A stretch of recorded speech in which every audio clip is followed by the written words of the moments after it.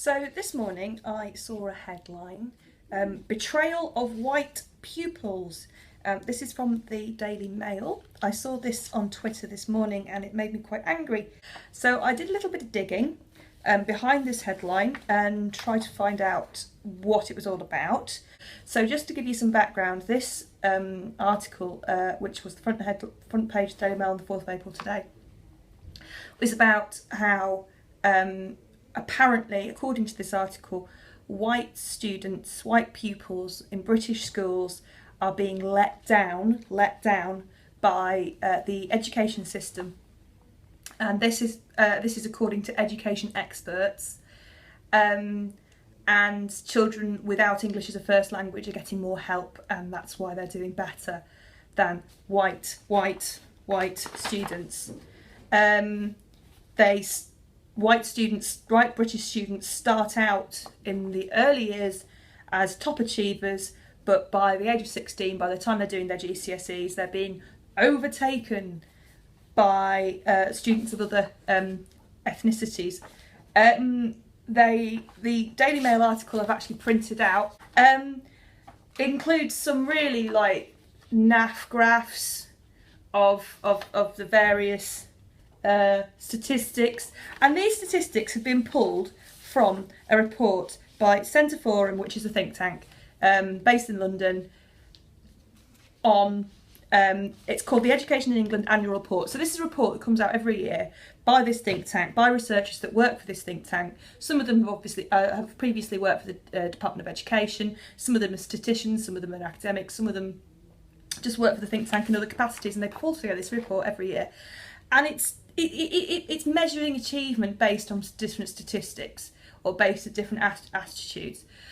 So after reading the Daily Mail online, I had a look at The Guardian, which have also picked up on this. Boo Guardian, white children are falling behind others at GCSE. And having a look at both of these articles, they do quote from this report, and they say that The Guardian says that the research and Centre Forum think tank suggests, that's the key word, white British children are among the top 3 highest achievers at the age of 5. By the age of 16, the group's performance slips to 13th in the table, behind children of Chinese, Indian, Asian and Black African heritage. But most of the rest of the stuff in this article are a collection of quoted reactions. So instead of being from this report, they're reactions to the report by other people, including David Laws, who is Centre Forum's executive chairman, and Joe Hutchinson, which is Centre Forum's associate director. In the Daily Mail, they've found themselves Professor Alan Smithers, who is from Buckingham University, who talks a little bit. The quotes, you can never tell if these have been taken out of context or not. Too often parents in low-income homes are turned off by having to attend school, and those attitudes are passed on to their children. Doesn't mention race in that quote. And then they're also quoting the Department of Education, who've obviously reacted to these statistics. So that's the 2 articles. I went and read the report, okay? The report where all of this comes out. This report is freely available online. It's linked to in the Guardian website. It's 81 pages long. Most of it is graphs. I have read most of it. I have skim-read some of it. So if I am incorrect in any way, I apologise. It is my own mistake. However, this report mentions the word white 71 times. That is the word white as in white paper, as in different parts of the country that start with white. So it's not a report about white people, it's a report about education in the UK. There's a huge north-south divide. That's what the most of the report is saying. It's saying that, I'll quote from the executive summary, there is a clear north-south divide, with the highest performing regions located in the south and the lowest performing located in the north of England. And this is carried on throughout the whole of the report, that in Yorkshire and Humber, in the northeast, in some parts of the northwest, there are really schools that are not performing as well as schools in the south, some schools in London. However, when you're thinking about performance, you have to say, well, what's this performance being measured on? Now, this performance is being measured on their benchmark. So this is a benchmark that's that this think tank, Centre Forum, have created. This Centre Forum, it's a think tank that's made up, as I said, the staff are from all over the place. Its chairman, right, is also the chairman of the ARK Schools Academies Group. That's a massive provider of academies. Another member of the board also runs academies. It's ludicrously biased. How can you possibly have educational achievement guidelines based on people who chair academy schools? So this is their benchmark that they're using throughout this this piece of research, and what they're doing is they're getting students doing their GCSEs or have done their GCSEs last year, and they're looking at how their results match up with this benchmark. So I'm just going to go through the report and try and find evidence that, you know, according to the newspapers, according to these headlines, white students are being hideously betrayed by our education system. I can't find anything. There are some. There is a statistic that says that disadvantaged pupils are falling behind.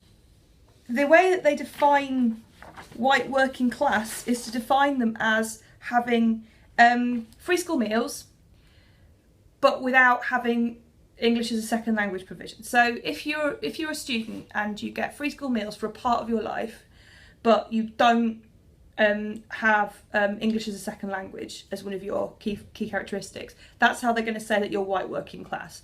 I personally would say that's quite a narrow way of defining it, but a typical non-disadvantaged pupil with a black or minority ethnic heritage will be from a less affluent family than a typical white British non-disadvantaged pupil. That's not talked about at all in the newspapers. The fact that on average, like, there is a huge discrepancy between wealth and race.